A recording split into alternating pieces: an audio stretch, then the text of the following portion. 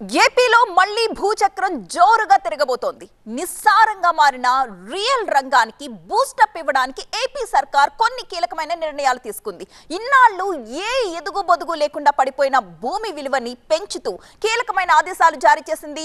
సర్కార్ ఆదేశాలతో భూముల విలువ పెరగడమే మాత్రమే కాదు, అటు రిజిస్ట్రేషన్ ఛార్జీలు కూడా భారీగా పెరిగాయి. మరి ఏపీలో ఎక్కడెక్కడ భూముల విలువ పెరిగింది, ఎక్కడ తగ్గింది, రిజిస్ట్రేషన్ ఛార్జీల మోత ఎక్కడ పడింది, కోత ఎక్కడ చూద్దాం.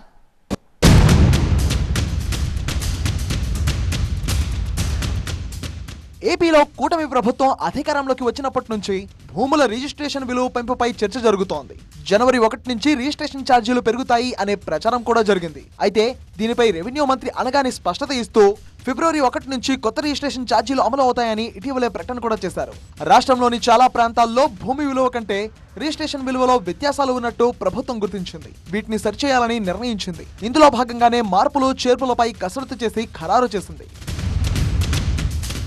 రాష్ట్ర వ్యాప్తంగా సగటున 0 నుంచి 20% రిజిస్ట్రేషన్ ఛార్జీలను పెంచింది. కొన్ని ప్రాంతాల్లో రిజిస్ట్రేషన్ ఛార్జీలు 0% మాత్రమే ఉండనున్నాయి. రాష్ట్రంలో ఎక్కడ గ్రోత్ కారిడార్లు ఉన్నాయో అక్కడ రిజిస్ట్రేషన్ ఛార్జీలు పెరిగాయి. రిజిస్ట్రేషన్ విలువల పెంపును శాస్త్రీయ పద్ధతిలో అంచనా వేసి కొత్త ధరలను అమల్లోకి తీసుకొచ్చినట్టు ప్రభుత్వం తెలిపింది. విజయవాడ, విశాఖపట్నంతో పాటు కోనసీమ, ప్రకాశం జిల్లాల్లోని పలు ప్రాంతాల్లో రిజిస్ట్రేషన్ ఛార్జీలు పెరిగాయి. మరికొన్ని చోట్ల ఛార్జీలను తగ్గించారు.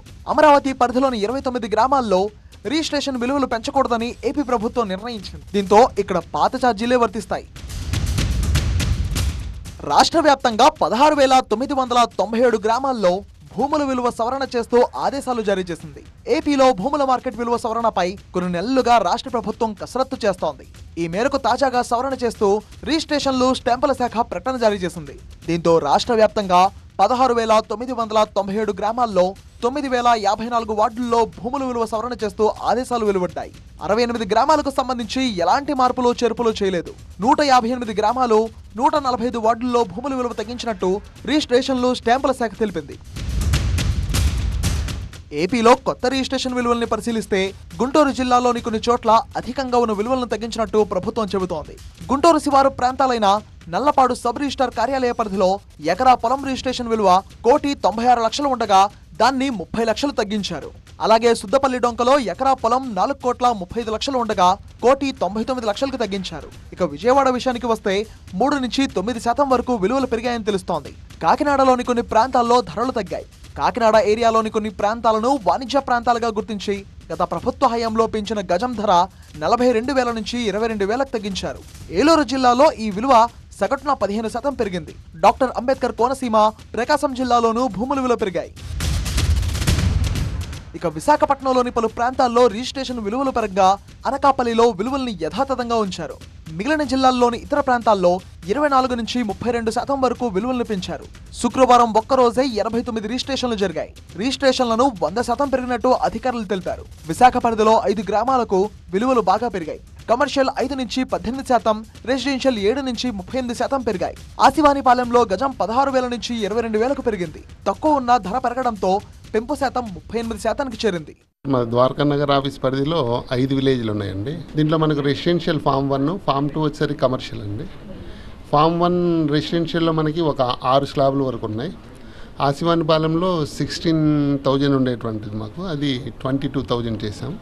అలాగే ఒక 4-5 స్లాబ్స్ ఉన్నాయి. 35,000, 44,000, 48, 60, 67 మ్యాక్సిమం రెసిడెన్షియల్లో. అలాగే కమర్షియల్లో మనకి 51,000 నుంచి 1,05,000 వరకు ఒక 6 స్లాబ్లు ఉన్నాయి. ప్రతి చోట కూడా ఆ ఏరియా పొటెన్షియల్ బట్టి జరుగుతున్న రిజిస్ట్రేషన్లు బేస్ చేసుకునే మనం పెంచడం జరిగింది. తిరుపతిలో 8%, భూములకు డిమాండ్ ఉన్న చోట 20% మేర పెరిగాయి.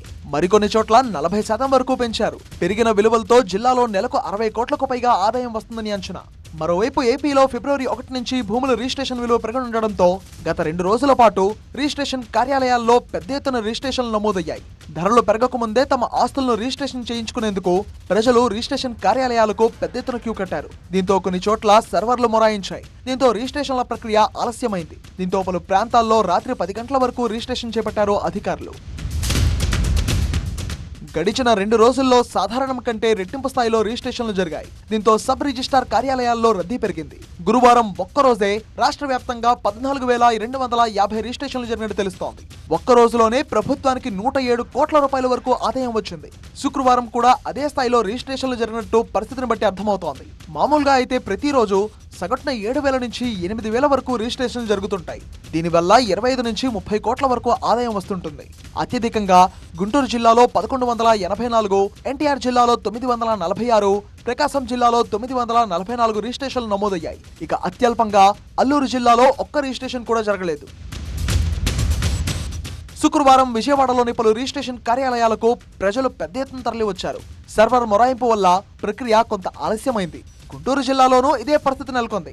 సాధారణ రోజులతో పోలిస్తే జనం ఎక్కువగా తరలి వచ్చి ఆస్తుల రిజిస్ట్రేషన్ చేయించుకున్నారు. సగటున ప్రతి కార్యాలయం పరిధిలో సాధారణ రోజుల కన్నా 10 నుంచి 50 డాక్యుమెంట్ల వరకు అదనంగా రిజిస్ట్రేషన్లు జరిగాయి. కర్నూలు, తిరుపతి జిల్లాల్లోని సబ్ రిజిస్ట్రేషన్ కార్యాలయాలు కూడా జనంతో నిండిపోయాయి. ఇక్కడ అధికారులకి ఇక్కడ సర్వర్ ప్రాబ్లం ఉందని ఉంది. ఈ అడావుల్లో ఏమవుతుంది, డాక్యుమెంట్ మిస్టేక్ అవుతుంది. దీన్నే ప్రభుత్వం వారు కానీ అధికారులు కానీ ఒక 1 వీక్ కానీ లేదా ఒక 10 డేస్ బ్యాక్ కానీ దీని మీద ఒక రిజిస్ట్రేషన్ ఆఫీసుల్లోనూ కానీ ఏదైనా ఓటింగ్స్ అలా పెట్టి ప్రజల్ని సమాయత్తపరిచి ఇలా రిజిస్ట్రేషన్ వాల్యూ పెంచుతున్నారు. భూముల రిజిస్ట్రేషన్ విలువలకు సంబంధించి రిజిస్ట్రేషన్ల శాఖ అధికారిక వెబ్సైట్ అయిన registration.ap.gov.in ద్వారా ప్రజలకు అందుబాటులో ఉంచనున్నారు. రాష్ట్ర వ్యాప్తంగా 16,997 గ్రామాలు, 9,054 వార్డుల్లో భూ విలువలు సవరించారు.